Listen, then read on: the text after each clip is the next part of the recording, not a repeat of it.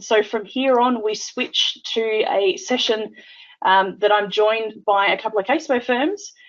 In particular, I've got Daniel Ty, Managing Partner of AX3, Steve Watson, Managing Director of National Audits Group, and also joining us is Matthew Zapula, Technical Director at the AUASB. And as the gentlemen join me on camera, thank you guys. I'll just do a brief intro to give people some context as to where you're from and what you're joining us for. So we've got first up Daniel Ty from AX3. Daniel is a registered company auditor and founder of AX3 Partners, an audit and accounting and advisory firm with 13 staff. But Daniel started his career in Big Four, as many did, and has over 12 years experience as a financial auditor and accountant, and a bit of a passion for technology, which is why I reached out to Daniel, that's for sure, today. Joining Daniel is Steve Watson. Steve has extensive experience in audit and accounting with over 20 years of audit experience in Australia on both public and private sector clients. And he brings to his clients quite a unique and I guess holistic perspective on the need for specialised auditing services. And so another bit of tech head, again, I thought would be no doubt a good person to talk to today. And then to ground us all, we've got Matthew. Matthew Zapula, for those that don't know Matt, leads the team responsible for the development and delivery of Australian auditing and assurance standards, and is also actively involved in managing and developing relationships with significant Australian and international stakeholders. So probably got quite a bit to share with us too, Matt, today. Thank you, gentlemen, for joining me. Appreciate your time. Hopefully this is a really interactive session. We welcome questions from the floor, or attendees, I should say. I do have some that I've already written up, but feel free to send them through and I'll do my best to read both the question box and my list. And before we even get into the detail, Matt, I want to start with you before we get into tech. I know the AUASB have been focusing a lot of effort recently, or perhaps the last 12 months or so, on developing support and guidance for auditors, which has resulted in some really fantastic publications, some of which are really relevant to technology use in audit. So perhaps we could start off with a bit of an outline as to those, please. No worries, Sarah, and thank you very much for having me here today and to be part of this panel. The AUASB over the last couple of years has identified the increasing use of technology as part of the audit to be an area of focus where we need additional guidance to be put out, particularly targeted at smaller practitioners. Larger firms obviously have dedicated technical experts who they can draw upon. So we've tried to identify how we can put out guidance that's going to help practitioners across the spectrum to consider technology issues when they're doing their audit. And that hits a number of dimensions. One is the actual use of technology by the auditor. Two is evaluating the clients and their use of technology and how that impacts the audit. And I suppose at the more extreme end is actually the use of specialised data tools like the ones that CaseWare have and other providers offer, and how that links in with the existing auditing standards.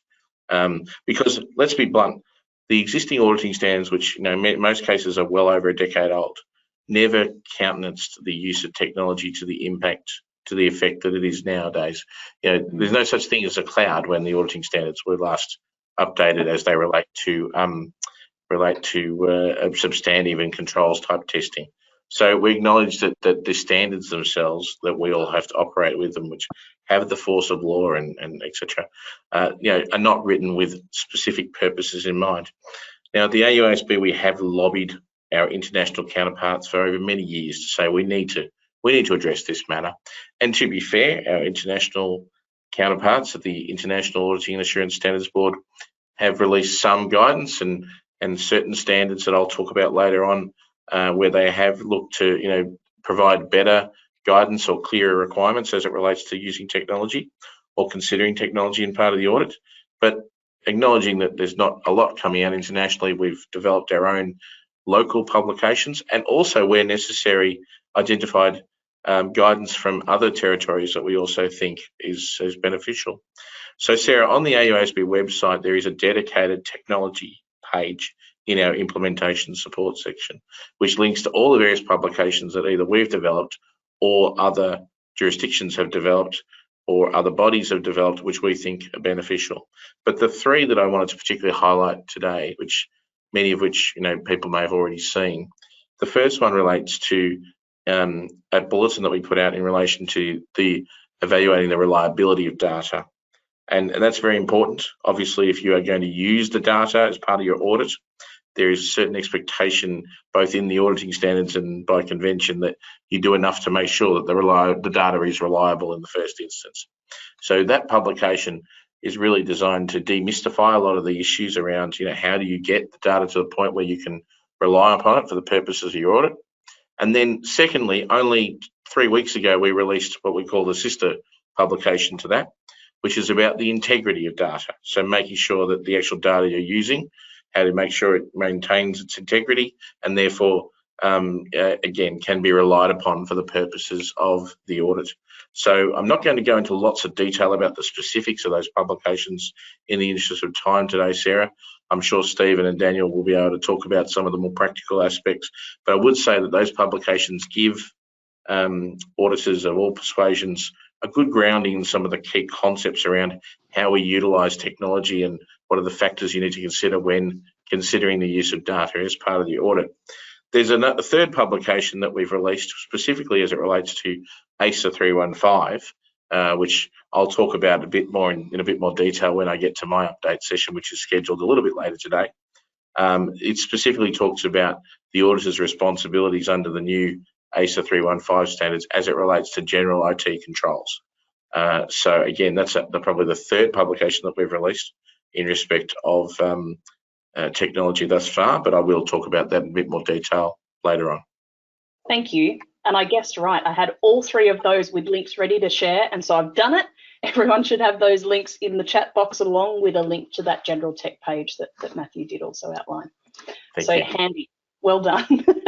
So we'll switch in now to hear from the auditors on the call.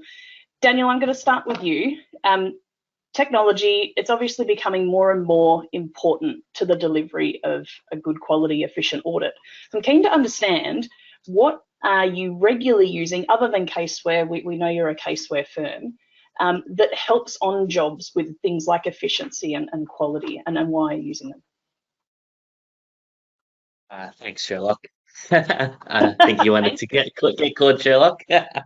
No, thanks, Sarah, for having me to present. And I am excited about all the new technology CaseWare is bringing on as well. And I do love technology. But apart from CaseWare that I use, definitely like all the new cloud-based accounting software has really helped our audits. So, for example, like Xero, QuickBooks Online, Mile, that's moved to cloud-based. They've built a lot of efficiency because it allows our team to have access to their file live and actually see the live data that our clients are looking at. Where in the past, where it was a TB that they sent and updates go through and our team doesn't get to see it. So that has really brought the efficiency, especially nowadays with all the add-ons that Xero and other cloud-based software has, such as Dex. So Dex is a software where clients can just take pictures and link receipts to each transactions. That has helped as well, because definitely like every single item that we click into now has a supporting document that has really helped our efficiency in our audits. And even something simple like this thing that we're using right now, like Zoom, Teams, that has really helped us, I guess, coordinate meetings with directors, CFOs, and even interstate audit. That has helped. And even during lockdown, we were doing stock takes through Zoom, where the client would hold their camera, walking around, doing the stock take with us. And the beauty of having it on video conference is that we can record the stock take or record the conversations as well, where we can add to that file instead of document it all. A new thing that I've actually come across the last few weeks is called Fireflies. If none of you guys have heard about it, it's a software where it actually does notes taking for you. So when you say jump on Teams, Zooms, or Google Meet, this little AI software would automatically jot down all the transcribes pretty much all the conversations that whoever talks will transcribe. So it would say Daniel Tai said X, Y, and Z, Sarah Butler said X, Y, and Z, Stephen says this. And it's also smart enough to pick up to-do lists afterwards. So it'll go, these are 10 tasks that you talked about, and these are the 10 things that you have to do after this meeting. So yeah, that's very cool. What other things? I know Sarah talked about apart from CaseWare, but something that if you guys use CaseWare Cloud, that I encourage you guys to use is the document uploader as well. We used that during COVID, where clients were sending in large documents where they couldn't send through email. So we started using the CaseWare Cloud upload platform, where we can send a unique code to our clients and they can drag and drop documents to our CaseWare Cloud. Cool. And yeah, and big part of it is security as well. Like I think you mentioned earlier, how CaseWare is looking at security and how important security is. It's, for us, we just copied and paste CaseWare page about security, and we sent it to our clients to show that, hey, look, we are using the latest technology. Your documents are secured over the platform that we use, instead of like Dropbox and all those. Oh, good. Well, that's pleasing to hear. I'm glad that's working so well for you. If I then sort of switch to you, Steve, is there anything in the mix that you want to add to the list that's worked for your practice? Or you're muted, Steve. Just get you to check your audio. Yeah, all good. There we go. Yep, excellent. We use Excel extensively, just like everyone else. It works really, really well. But in addition to Excel, we've got a plugin for that, which is called Active Data, which we can actually import data into that and do sampling specifically. So if we're not relying on controls, and we can really do our substantive sample selections quite efficiently, rather than sort of just doing on a haphazard basis. We can actually set the parameters, so that makes the process quite efficient. Couldn't agree more with Daniel in terms of those other applications. COVID really pushed our clients into the cloud. So that was one of the significant benefits out of COVID, was that, you know, the people that were using LibreArch folders, and, you know, they said they weren't going to change. You need to come onto site. They're like, stay away. We don't want to see you. It's like, okay, that's fine. But you're going to have to upload our requested documents. So that's actually made it a lot more efficient in terms of, you know, less travel. The client can sort of work at their own pace based on, you know, the requests. And Daniel also mentioned in terms of CaseWare Cloud, we use the specific application CaseWare Extend, which a lot of people would be familiar with. We invested a significant amount of time at the beginning to build templates and questionnaires, so that we can really cookie cutter, but we do make it quite specific in terms of the revenue cycles for specific industries, and then also put a lot of thought into the questionnaires that we ask the clients. And it can be quite overwhelming for some of our clients, but we obviously use Teams or Zoom, where we can actually spend time with the client, taking them through what we're asking, why we're asking it, because the requests are getting more and more. And we'll touch on that a little bit further in terms of obviously ASA 315 and the additional questions and the additional information that clients need to provide to us, and the questions that we need answered. So that's been quite good. And then in terms of our job flow management, we use another software, which is CCH iFirm, and that's specifically just for our job flow. That monitors it quite well. It gives us good dashboards in terms of where it's at. I missed the session before, but I think it was Sherlock that's going to maybe transform the way that we look at job flow. Really interested to see where that goes. And we also use CCH iFirm for a lot of our mail merging, where we've got standard documents, and we've put a lot of time into standardizing documents, whether it be an engagement letter of a specific type, a rep letter, or some other consistent standard document. So we spend less time on the correspondence, less time on the, I suppose, document preparation, and more time in the engagement files, because obviously time is quite costly. So we want to make sure that all of those mundane, consistent, repetitive tasks are done as efficiently as possible. Sure. We have looked at other software out there in terms of job flow and where that's going, and there's like FYI Docs, and I think there's another one, Suite Files. So we're keeping our eye out for that, but we're hoping that CaseWare will really transform in that space around the job flow management, and potentially the mail merging capabilities, and the correspondence flow with our clients, and integrate that with CaseWare Extend. So it's just like a one-stop shop, and we're not using multiple mediums to communicate with our clients. Yep. I could go on and on in terms of the different apps, but okay. maybe just the other ones. Probably PDF Professional is basically you basically need it to be able to convert PDFs into Excel, to be able to stamp letterheads, to stamp signatures, things like that, to make it quite professional and efficient as well. So rather than keying data out of a PDF into an Excel spreadsheet, you can convert it. Then we can import that into active data and use the two and two together. Sure. There you go. So there's obviously lots of packages there, and lots of food for thought for us. None of that's new, of course. We do have quite an extensive roadmap. Some people heard a bit about that this morning. Tomorrow we'll launch into a little bit more of the specifics around product development and what's coming. So that's all very timely and helpful to hear.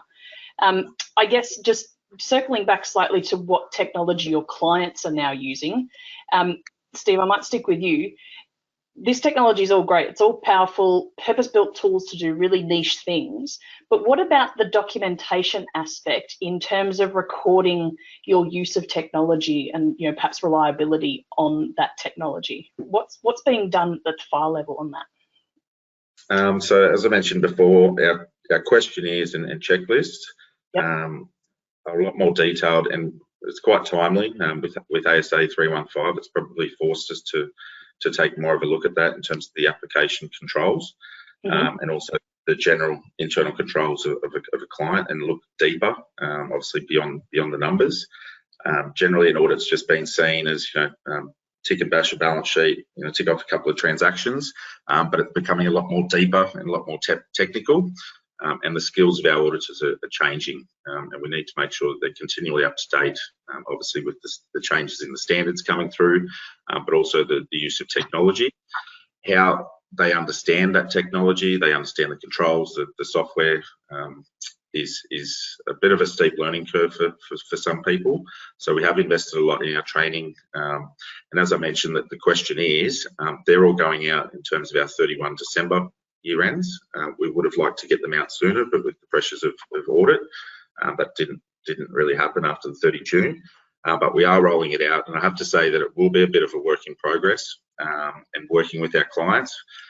What's probably been the case in the past is that the clients really just left it up to the auditor to make these assessments, and it's the auditor's job to, you know, ask the questions and do things like that. So it's really changing the way that we think in terms of the clients actually becoming responsible for their IT controls, and for them to document that, and for us to basically be presented with that, and then do our job as an independent auditor to make an assessment on those controls.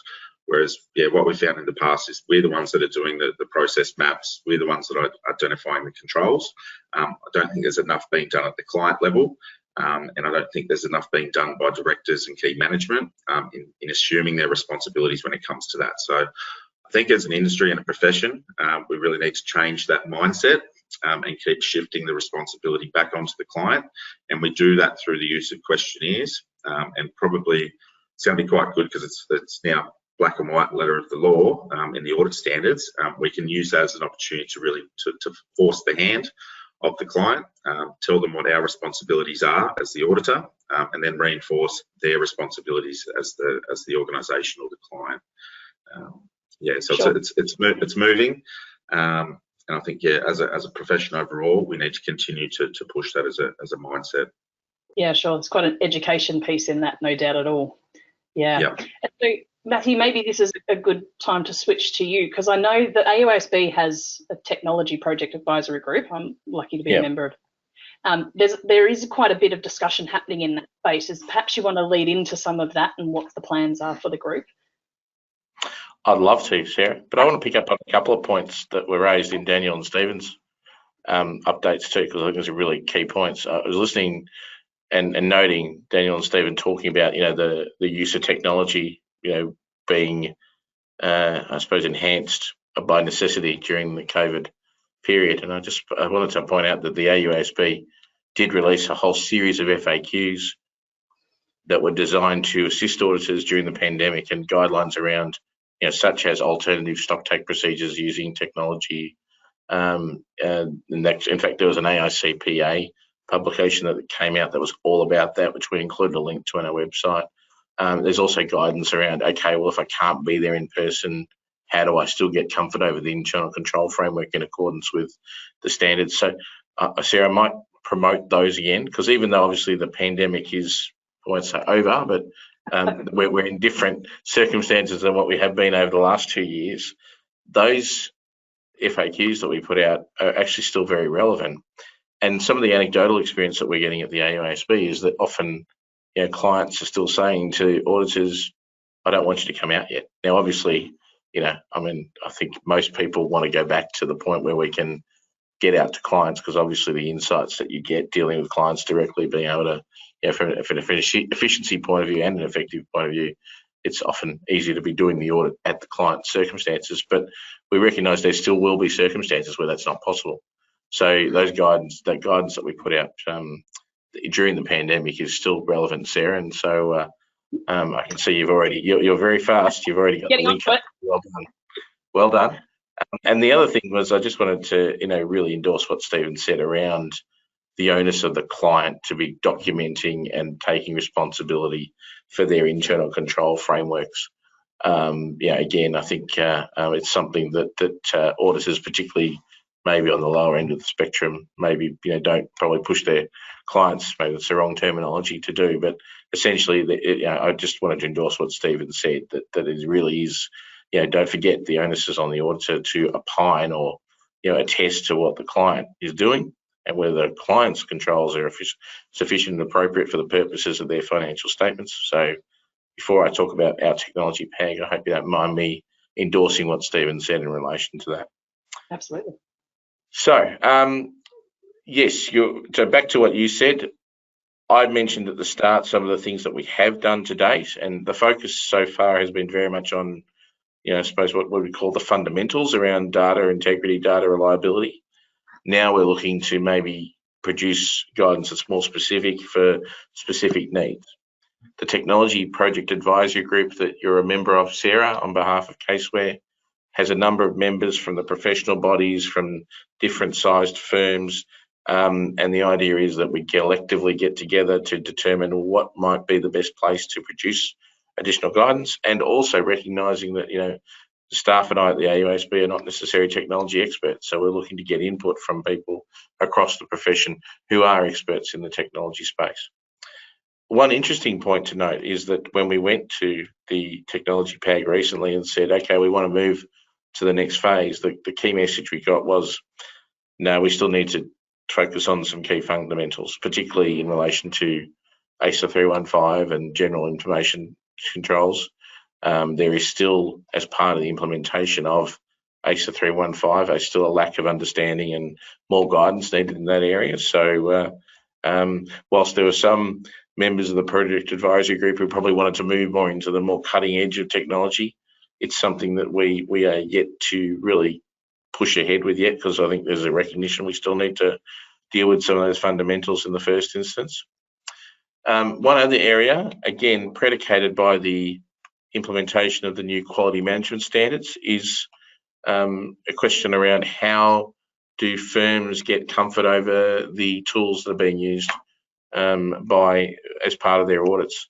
So, obviously the quality management system requires that if you are using cloud-based applications or other technological tools as part of your audit, how do you make sure that the quality processes around those is appropriate? So, obviously everyone on this call is a CaseWare user. Sarah, you can explain, the various reports and other information that CaseWare makes available as part of your software licensing arrangements, which gives confidence to the audit firms that the systems and processes surrounding CaseWare and how it manages data, how it backs up, all those sort of things is all appropriate and has been independently assured as part of a SOC report. So we've had a number of queries coming through from different firms and from the professional bodies around, well, how does that impact my quality management system and what should I be doing? So we're looking at getting some guidance out in that area. That's one key focus for us in the short term. as clients, as audit firms, to deal with their quality management system implementation. The key technical topic that keeps coming up is revenue, testing of revenue. So, for clients, testing revenue substantively is often challenging, particularly when you're dealing with an entity with lots and lots of transactions. So we're aware, tools out there that, use automation to match receipts with cash received, etc. So it seems to be the area where there is the most common use of technologies from a substantive point of view. Now, some firms have developed their own bespoke tools on that, and obviously there's also off-the-shelf packages that auditors can purchase, which helps them through that process. So we're looking to develop some guidance that would give, again, fundamentals around how might you do that testing utilizing data automation or data assurance techniques. That guidance is likely, will be framework neutral. It will be software, agnostic, recognizing that it's not dependent on which tool you use. It's about the fundamentals and the principles. So that's one area we're going to focus on that. And also, it was a recent finding in the ASIC inspection report that in some cases, auditors had used automated data tools for their clients, but actually hadn't necessarily, sort of crossed all the T's and dotted all the I's. Now, obviously, the ASIC inspection program is more geared towards larger clients and the larger firms, but the principles obviously do trickle down. So that's another area of focus for us in the new year.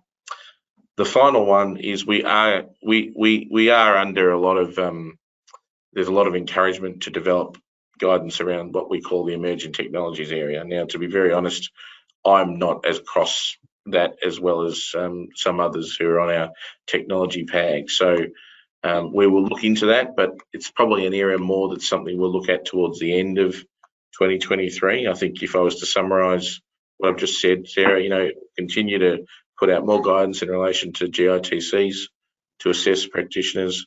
We'll look at helping guidance around what type of information is required in respect of getting assurance over the use of technology tools as part of the quality management system. And the final one is looking at automated testing of revenue. So they're the three key areas that are currently on our agenda. We're going to get a technology bulletin out probably by the end of the year, which is just going to be a quick sort of, here's what's already available and here's what we're planning to focus on in 2023. So that will likely come out in the next couple of weeks before Christmas, which will be just a reminder of what's already there, because I haven't mentioned all the various other publications. For example, CPA Canada have put out some fantastic publications around AI and cryptocurrencies, etc., which we would certainly recommend as good pieces of guidance.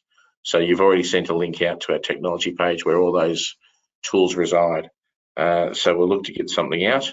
And then obviously in 2023, hopefully produce some guidance that everyone can take advantage of. Brilliant. Thank you. That's all very helpful to hear and know that, it's in the pipeline coming. That's fantastic. And so I will, and I'm doing my best to multitask, I will share as shortly the link to information on our website about the security references that a few of the guys have now made. So just to confirm, we do have an ISO 27001 and a SOC 2 certification over the CaseWare cloud platform as a whole, which are two really important certifications. In particular, the ISO one is quite a challenge to obtain, and so we're really pleased that we do have that and that you can obviously share that with your clients, that you are using a platform with those certifications. We'll share that information shortly. I want to switch tack a little bit now, and I should just say I haven't got any questions through from attendees, so if you are watching this and you've got something that's come up during the session, feel free to send it through. Before I look to those though, I want to just touch on data. Daniel, I'll fire this one at you. I know just getting data from clients is a real pain point. I know it can be hard to get data full stop. If you do get it, is it complete? Can you rely on it? Can you actually do anything with it? Was it worth the pain of even obtaining it? What's your experience with that? How are you finding getting a hold of that data? Yes.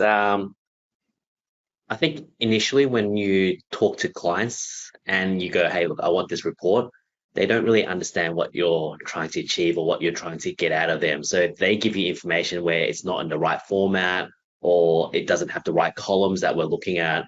So now what we've done is actually train our clients and actually teach them, hey, look, this is the format we need it in.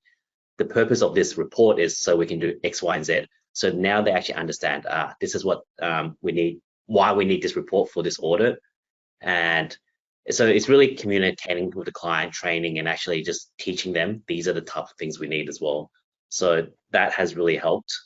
But I guess in the past, I think kind of Matt touched on this as well about cryptocurrency. Getting those data is actually really difficult, or actually even understanding what that information is. So that's, I think, one of the biggest pain point in our last year of audits, especially like in self-managed super funds, or some of our clients that have dabbled in the cryptocurrency or building platforms on the blockchain, where we have to verify the data on the blockchain, or even understand the coding, the 12 phase keys and all that. So we really had to upskill ourselves on understanding the cryptocurrency, Bitcoin, Ethereum, and all that as well. So that's something, I guess, new in the industry and new to us as auditors. And how do we actually, test our assertions on those? Sure. Love a challenge, hey? Never a dull moment in audit, despite what people say about our profession. So, Steve, I'm going to keep going with the data question. Provided you can get good data from your clients, once you've got it, what are your staff doing with it? Are they? You mentioned active data. I guess that's a good example of a tool you use with it. So what are you actually doing and benefiting from doing with that data? Probably not as much as we could. So I'm really keen to explore CaseWare idea and that technology and what benefits we can provide our clients. I obviously see that there would be some significant benefits in terms of reporting on some errors or some trends within their data, and also be able to pinpoint from a audit sampling point of view on specific parameters. And I'm a little bit familiar with the software, and obviously it's evolved over the last couple of years from idea to CaseWare idea since I think there was a purchase maybe 12 or 18 months ago, and that you guys have invested a lot into that space. Really keen to also explore the integration with clients' databases, whether that be Xero, MYB, and having that in real time to a certain extent, and where that's heading into the future. They talk about the software, I think it's IBM Watson. EY's invested a lot into that space where they're basically getting real-time auditing, or they're doing auditing on a continuous basis, at a client, so just running these programs, which effectively just spit out exceptions or things to look at, and then obviously using that data to find out what's going wrong, but then also then be able to communicate that to clients. So moving forward, there's less risk for error. So I know Daniel mentioned before in terms of how good Xero and MYB is and how far that's come, and be able to access that data, also to generate reports that we need, to export it and put it into Excel and then manipulate it. It's come a long way from when I started 20 years ago, just working off the cash books and things like that. But I think we're getting better and better. But I think there's a long way to go in terms of the use of the technology and using it effectively from an audit results point of view, but ultimately an audit report point of view as well. We're keeping an eye out. I'm very sort of keen to see where the central banking digital currency moves. If we see how much has evolved since the bank feeds have come into our data, and be able to get those bank feeds, have less risk of error and less risk of from errors from manual input. The amount of data that will be able to be attached to these currencies, in addition to just the code. We'll be able to attach documents, locations, a lot of additional data, which will happen in real time. It won't need to sort of go through a banking system overnight. It will be live, and we'll be able to get access to that as auditors. So I think the audit profession is moving, and it's moving quite quickly on the back of obviously the improvements in technology on a global scale. So keeping my eyes open in that basis. Absolutely. Okay, 20 years in audit. You must have started when you were just a boy. All right, Yeah. I'm going to throw this question open to whoever wants to jump in first. And it's a really good one from an attendee. So the question is, sometimes there's a blurring of lines between risk assessment and searching for high risk items for substantive testing, like stratification. So how important is it to distinguish or document that difference in order to comply with the ASAs? Matthew, maybe? I'm guessing. It's a tough question, Sarah. I mean, the key answer is, that you have to document, you have to distinguish the purpose, and the key differential is the nature and the extent of evidence that you need. So if something's being done for a risk assessment purpose, then you don't need to go and test all the attributes around the data integrity and data reliability, because at the end of the day, you're using it for risk assessment purposes only. But if you are then going to use that data for the purposes of the basis of your substantive testing to support the conclusions that you're making in respect of individual financial statement line items and addressing individual assertions, then yes, you have to go and do the procedures around data integrity and data reliability that we refer to. Obviously, as an auditor dealing with smaller clients, hopefully you'll be able to do that at a macro level by looking at the tools and applications that the client uses. So if they're using an off-the-shelf package like a Xero or Mild, then hopefully you'll be able to do that at the macro level rather than having to individually get integrity or reliability around each of the individual procedures that you're doing. So that's why it's so important at that risk assessment phase and at the understanding of the internal control phase to understand which systems the client is using, which ones you're going to replace reliance on, whether that be for controls testing or for substantive testing, so that then you can maximise the efficiency around which systems you need to test and what and how you test them. Obviously, if your audit is very small and you're purely doing substantive testing, then there's no need to actually go and test the system in detail. You can just identify what the key reports are, do some substantive testing. Okay. Now, obviously, the standards, and we'll get into 315 in more detail, I'm sure, at some point in time, both either through this discussion or at my update that I'm doing later. But at the end of the day, it is a judgment call around how the auditor determines what procedures they need to do. And again, if you're relying on output from a system purely for the purposes of risk management, then the extent of work you need to do to validate that data is less than if it is going to be the basis for your substantive testing. Hope that answers part of it anyway. Yeah, for sure. Do either of you have anything to add, Daniel or Steve, on that? The key word that I got out of the word judgment, but yeah, professional judgment, and keeping that in mind, with everything that you document, and obviously documenting that professional judgment on why you did a certain procedure, and it was obviously based on a risk assessment. I did this, and this was my, I suppose, analysis of that assessment, and then these are the procedures I'm doing, and these are the reasons why, and then obviously then concluding on that process. Yep. Okay. And so then the next question is another interesting one. I think it's just experience of what you're doing. For where you are now doing some of that analytics work and gaining those insights, are you using them purely internally as an audit tool, or are you actually sharing that as an informational thing with your clients at the other end, perhaps a value add as part of your response to them at the end of the engagement? Daniel, I might start with you if you're doing any of that additional type sharing of results. Yes, definitely. I do share that, especially for the board level, for not-for-profits, where a lot of boards don't actually see what the management teams are doing. And actually, a big part of it is actually just teaching them how to use, say, Xero, and teaching them how to generate reports from Xero themselves, where they can actually have an oversight of what the management teams, they can actually log on themselves and make sure that what they've discussed on the board actually gets reflected down onto the management level. Definitely try to always find things where I can actually add value to a client and find ways, or even things that we pick up during our analytics.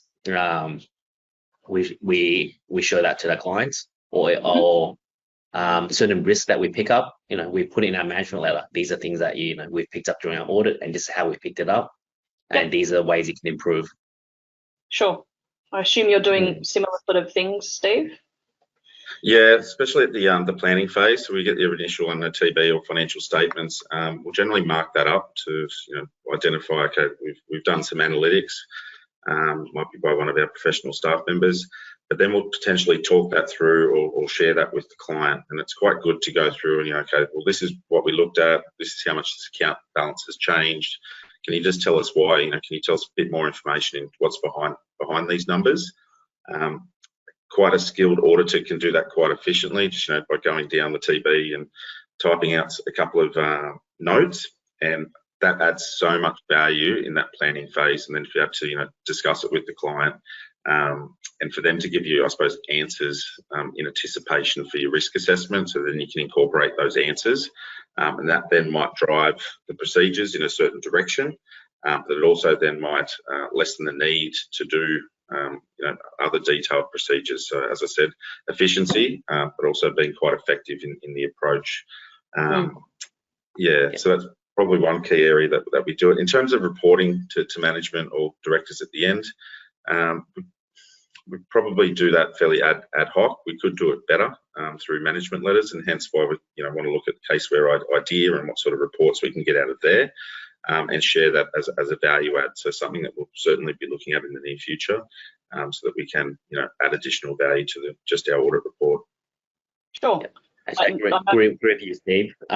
Pre-planning helps, heaps with technology.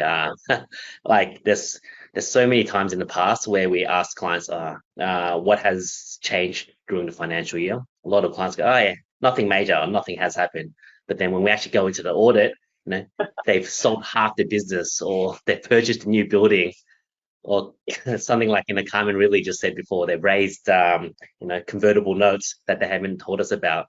But with now, with Xero and Audit cloud-based, we can actually log into their system, actually have a look at what has happened during the year, really plan out that planning process, and ask the right questions during that, pre-planning, or even before we even start the audit, we can ask all the right questions instead of just going in blind.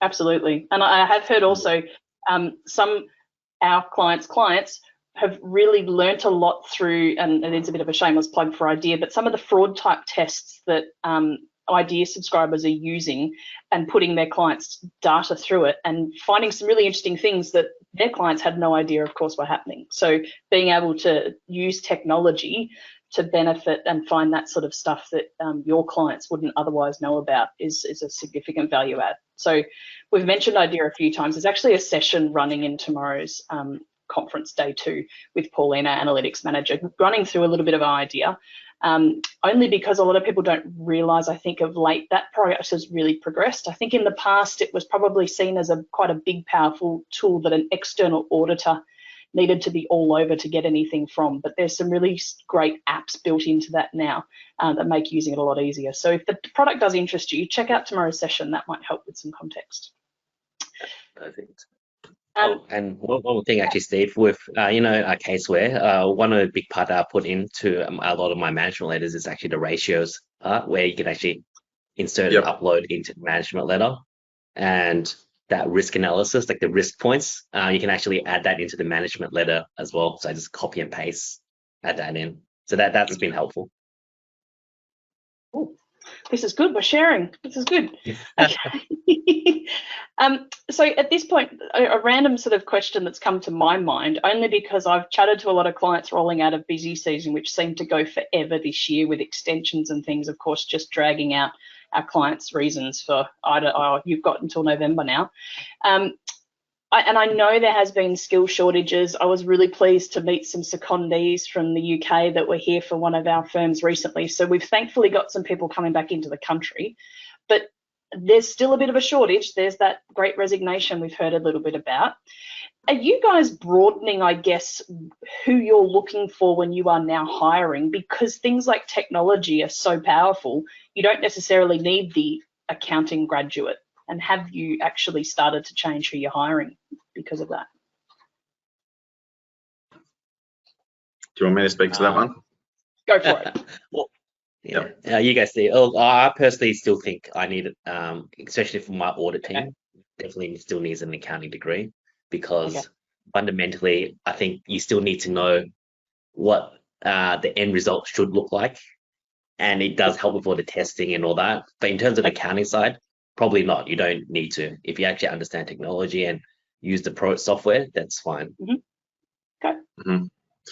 Yeah, I probably agree in terms of accounting, but what I'm hearing out there is that there is other industries that potentially our profession could or should tap into, and what comes to mind is teachers in terms of their skills, could be writing skills and things like that. I think it's something that we need to continually explore, because I'm not sure accounting might not be as sexy as it used to be, or whether or not it's always been sexy. But I think we do need to expand the horizon. In terms of locality, we've got a couple of team members in Manila, and that works really, really well in terms of the time difference, and also their skill set. I'm really impressed with their work ethic as well. And as a firm, we are quite diverse in, I suppose, our hiring. We don't sort of segment any particular person. It's like, if you've got the right attitude, the right personality, and potentially some skills, then we can teach you the auditing skills if you've obviously got the right approach to undertake the work. Sure. And that's actually really interesting one, that technology has really enabled. COVID forced it, technology facilitated it. I've heard of a lot of people using offshore really, really successfully. And so I'm not surprised to hear that, that's for sure. What about, while we talk people, either of you, and sorry, Matt, I know you've got a session, so you get a whole 45 minutes to talk there, so I'll keep bugging the boys. Are either of you considering putting on, say, data analysts to your team? Is that an important thing that you or will become more important in your practices? Or is it too early? It's probably a little bit too early. Like we've got just over 30 people in our firm, but maybe it's something that we could or should look at. We just don't know if there'd be a full-time role for someone like that. So, but whether or not we could tap into an external provider who may be able to do that, and maybe that's our first step, that we dabble in a little bit and see what benefit they can provide in terms of that data analysis. And that also probably extends to the IT controls analysis, and potentially SOC 2, and being able to provide reports on that basis, and whether or not that's an additional service offering that we may look at offering in the future. But just at this stage, we're probably on the cusp of just considering it, because there is a need for it. We do hear murmurings out there in terms of, in order to be able to provide a SOC 2 report, you've got to be I think it's a chartered accountant or a CPA. You might not necessarily have the skills to do that, but you've maybe got to bring on another expert to be able to do all of the legwork to build the report. And then as a CPA or a CA can analyse that report, make sure that it's written in the right format, and it can be presented to the client on that basis. Okay. Yeah. Well, it brings to mind a question, Matt, I will ask you actually, if that's okay, because I actually got asked recently by someone, does CaseWare have a certificate of compliance that we can provide? That'll help with, CaseWare's, I'm compliant because I use CaseWare. But I'm not sure that's something we don't have one as yet. Do you have an opinion on that, as to that compliance aspect of technology? I mentioned it as part of an area of focus for the technology project advisory group going forward. I think it's in the context of the increased quality management requirements. Yeah. Essentially, that specifically say when you're using outsourced providers of any persuasion, be it for this purpose or that purpose, or technology tools, that then the onus is on the firm to determine what information they need to be able to address with a level of reasonable assurance their quality risks. Mm-hmm. So when it comes to whatever title we want to call them, SOC reports, certificate of compliances, etc., it's really up to the firm to determine what is the evidence they need to get themselves comfortable that we've got the right quality controls in place that are relevant for our firm, and then determine, okay, well, is that information I can obtain from my external provider? Is that information I can obtain from a software vendor, etc.? So I think we've heard through the industry, we've heard through the professional bodies a number of examples with accounting firms of different persuasions sort of bringing up software providers and, hey, you need to provide me with this. Well, it doesn't actually work that way. It's up to the firm to determine what the requirements are, recognising that in some cases they may not be able to get the information they need from their external provider, so they may have to supplement with their own internal quality control mechanisms that they put in place. Sure. I might just mention, this might be timely, we had a request from a client that was quite detailed. So it was like they were auditing us because they've got to go to bank level security, and we've obviously got access to their data. Might only be Xero or some other selective data within their business, but there was probably a very, very comprehensive questionnaire that we needed to complete as a supplier to that business. And that's something that we really haven't experienced too much before. So it is saying that it is coming in terms of a lot of organisations or firms wanting to improve or to be shown to obviously mitigate their risks around data security, because it is becoming obviously more and more important. A couple of cyber breaches lately has certainly brought it to the surface, and something that clients will be looking for, and as I mentioned before, as a potential service that professional audit firms or the like may be able to provide in the future. So probably getting back to your question, Sarah, is it like, do we start looking at maybe engaging or employing these other experts? I think maybe a starting point for a lot of people on the webinar today would be to maybe engage with a specialist, be a cybersecurity firm, just get a bit of a feel for what it's all about. And maybe look at partnering with one of these firms to potentially do your first engagement around that, but also keeping an eye out for opportunities where you might be able to employ some of these experts. But they are, as I understand, very hard to come by because they're obviously in high demand. Absolutely. Have you had to experience any of that, Daniel, as yet with your client base? Not yet. Probably more so when it was the security of the data, when they were uploading onto cloud. That's where I just really leverage off CaseWare, where you've done all the testing and the ISO certificates and all that. Yep. So that's where I really leveraged CaseWare during that period.